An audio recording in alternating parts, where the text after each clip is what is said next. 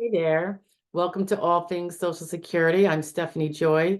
Whether you are a first-time viewer, an occasional viewer, a subscriber, or one of the three tiered benefactor members, I want to welcome you and let your video begin. Remember, if you haven't checked out the memberships, it might be something up your alley because it gives you an opportunity for a little more Social Security disability attorney attention if you need it, but don't have representation and don't want to do a full-fledged consultation. Okay, have a great one, guys. Stay tuned. Hey guys, just a quick run over due to a question asked today by somebody. How do they calculate back benefits? It's before you prevail, you're going to have to make some predictions or, use some variables that you're not sure that those are going to be the ones that are going to be the end result. For instance, you do not know what your EOD is going to be. That's your established onset date. So let's say we're talking about SSD. Um, your back benefits will be, as a first rule, but it varies, starting with the EOD, established onset date, which may or may not be the date that you alleged. It could be more recent than that, or I think it's possible that it could be before that too, although I've never seen it. um, so when they decide your EOD, your established onset date, remember that the first 5 months for nearly everybody is going to be a waiting period. That's the first 5 full months. So let's say your EOD is January of 2024. Your first 5 full months will be a waiting period. So that would be February, not January, because January is the month that you were found disabled in. So generally that one wouldn't be a full month. February, March, April, May, June are your 5 months. And therefore, July would be your first owed month. So, however far after that they determined that you were disabled back on January 2024, your back benefits would go from July of 2024 until that date. That would be your back benefits. And then your forward benefits would not be included in your back benefits, and you just get them monthly as you go on. Now, if your EOD is years ago, so let's say you filed in January 2024 and you allege that you were disabled in 2020, and they indeed find that you were disabled, say in January of 2020, they are not going to pay you all the way back to 2020, unfortunately. And this is where we get into delaying your application more than 17 months means you're going to lose all the benefits before those 17 months, even if you were disabled and found disabled before them. So that's a whole nother, we have videos on that, I think. So if we had that and you filed in, say, 2024, saying you're disabled back to 2020, let's say January of 2026, they find that indeed you were disabled back in 2020. They are not going to pay you any earlier in back benefits from approximately January of 2023. Remember, you filed your application 2024. You alleged 2020. They agree with that, but they're never going to pay you more than 12 months prior to that date of application of January 2024. And that would bring you back to January of 2023 approximately, and going forward until their award date. So if they found that in January 2026, you would have about 3 years of back benefits going back to 2023, because now we're at 2026. You don't get, unfortunately, the whole 6 years. And that's unfortunate because the person delayed filing. And had they not delayed, they would have been receiving benefits back to 2020. All right. So now, of course, remember, back benefits can be offset by various things. If you have federal debts, if you have arrears in alimony, child support, other, no commercial debts, generally speaking, but alimony, child support, and federal debts, such as to the IRS. I'm sure there's a slew of other ones. If you received SSI and now you have SSD for the same month, The SSI is in retrospect going to be not due you, so they will subtract whatever they gave you from the SSD back benefits. Usually that's not such a big deal.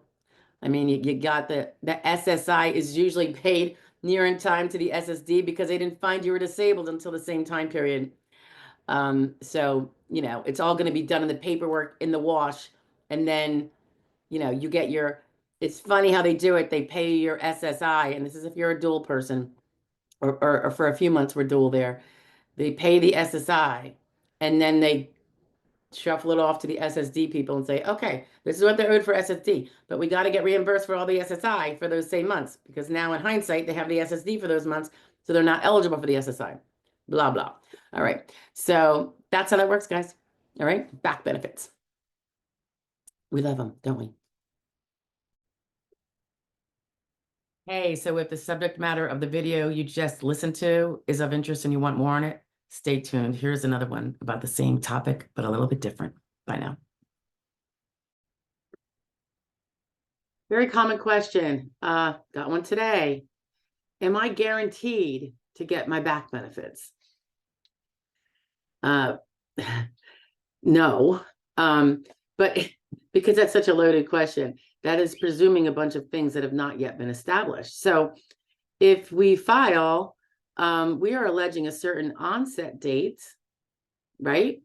And hoping that the SSA agrees with us, hoping that we present enough of our medical evidence and any other evidence that would support it to confirm that we were in fact unable to work full-time at any job occupation in the national or regional economy during that day and after. Okay. So if the SSA agrees with that date, that's great. And then after that becomes, there's 5 full months called a waiting period that you're not entitled to any back benefits under Social Security disability. Now, if it's an SSI case, that would be back benefits. They have other things to look at, but in terms of waiting period, there is none for SSI. But for Social Security disability, there's the waiting period of 5 months.